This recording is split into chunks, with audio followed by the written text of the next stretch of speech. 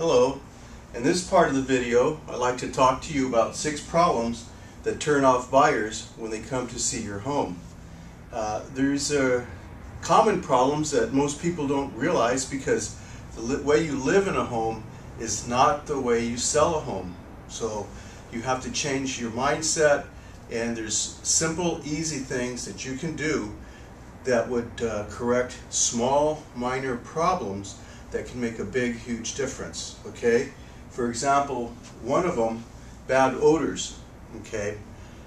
Most of us, when we're in our home and we're there all the time, you can have odors that you're not aware of because you just kind of get used to them.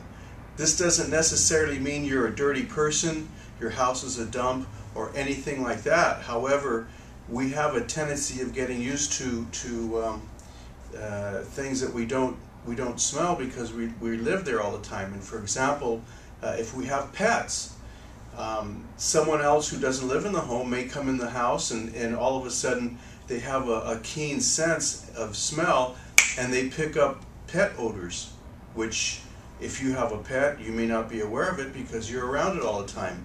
Another one is if you're a smoker. If you smoke, then you may have lingering smells or traces of smells of smoke in a house, and excuse me, that could turn off a buyer. You know, they walk into the house and all of a sudden they smell a pet, and then they smell the smoke, and they say, "Ugh, I'm already turned off, I don't like it," and that's not a good way to start. So you don't want to start on your bad foot, you want to start on your best foot.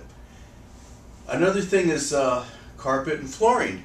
You walk into the house and all of a sudden you see big stains in the carpet, and that could have been something that could have been corrected very easily with Resolve, some kind of spray or spot cleaner. So once again, that's something else. You want to put your best foot forward.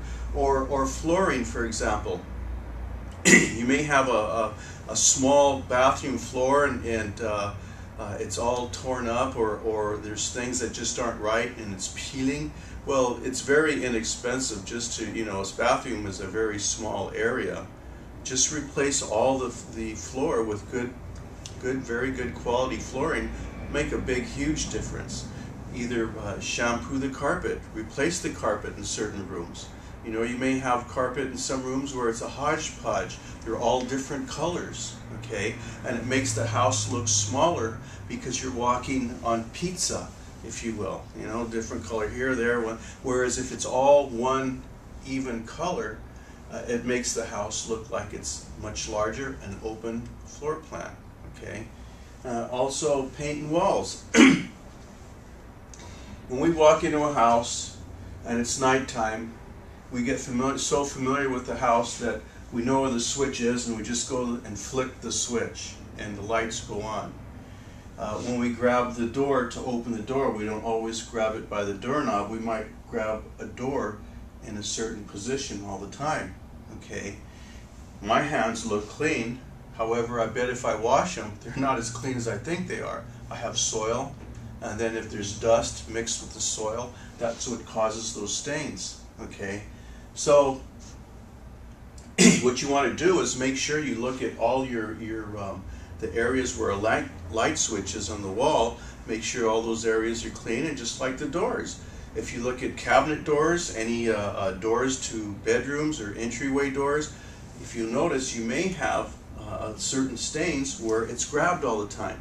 It's real easy to get a bottle of 409, clean all that stuff off, and sit back and look at it. Wow, I see now. It makes a big difference. And of course, if it's chipped or cracked, peeling paint and things of that nature, then it doesn't cost a whole lot to repaint, let's say, even all the doors in the house. That'll make a big, huge difference, okay?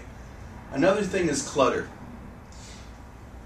Look at your house, and if you got to look at the kitchen cabinets, for example, or the countertop. You may have a lot of appliances that are really nice appliances, and all this stuff lined up that you may use, and a lot of it, you probably don't use all of it all the time. And what happens is when you have all that clutter in there, it makes the kitchen look a lot smaller. Whereas if you just cleared it all out and maybe leave one item that you use the most of the time, like a mixer, for example, if you're always baking cakes, okay, one mixer there, but you don't have to have the Vegematic, the juice maker, the mixer, the bread maker, and all these other appliances, because it shrinks the kitchen. Or, for example, any kind of clutter of any kind. You know, the way you live in a house, once again, is not the way you present a house to sell it. If you have in your bedroom, the bed's unmade, there's clothes laying around, you know, and there's a suitcase laying there because you just got back from a vacation a month ago and you just left it there or whatever, you know, those are all things you want to remove.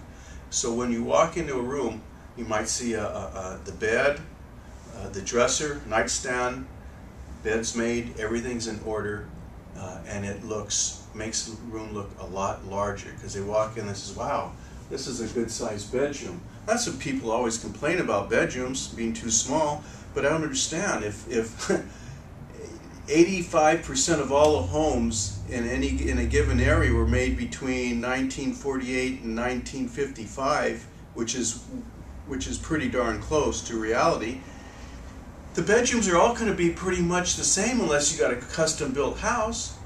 So what we're really talking about is the person walks in, it's all cluttered, and they can barely move around, and you know, they're walking through a path, and, wow, this is a very tiny bedroom. You can take the same exact bedroom, same size, and it's not full of clutter, and they walk in and say, wow, this is a big bedroom. But yet all these houses were made in the same time, in the same era, you know, so you know, what's the deal there. Also, signs of mice, ants, roaches, and spiders. I have ants at my house. It's been a problem for me. I have to change the way I get rid of the ants, and I've used different poisons. It's common. But when someone comes in, they see a bunch of ants there, says, wow, maybe they've got food laying around here or something that's drawing the ants. Or if they see roaches, okay, wow, these people are dirty. I don't want to move into a dirty house and inherit their problem and their germs and anything else. You know, I have a small 6-month-old baby. I don't want to expose my baby to roaches or spiders. You know, spiders are quite common. You know, so you take a broom, you look outside, you go to all the eaves, and you take off the spider webs, or you go out to the front door where you have your entry there, and you look around the entrance and in the plants down there, remove the spiders. Or you look outside in the plants and look for the spider webs. Buy some sprays and kill off the spiders. Or another thing is ants, or excuse me, mice. Set out mouse traps. If you have them, get rid of them, because you don't want that kind of stuff. That's not very inviting to look at. That's, wow, look at, there's the mice, there's the ants, where's the spiders and the roaches? I'm ready to move in now. It doesn't happen like that, okay? Or poor landscaping. Sometimes people, you might have the grass that's dying because it hasn't been watered, so water the grass, get it green. It might be overgrown because it needs edging. Edge it. You might have plants that are overgrown and they need trimming, or bushes. Trim them down, okay? Because these are main things that people see immediately, and these are simple things that don't cost a lot of money. A little bit of labor and being a little methodical and stepping back and looking at these areas, that'll help you quite a bit in terms of defining, well, do I fall under any of these categories? Okay, these are simple things that you can do that will no longer turn off buyers. You know, look at the opposite. You know, if a buyer walks in and none of this stuff exists, you know, turn on. Okay, now right away you say, wow, it's a nice clean house. Da da da da da. There's no stains, and you're looking for little details, and it has the complete opposite effect. Okay, that does it for this part of the video. I have a couple more parts coming up, so hang on to your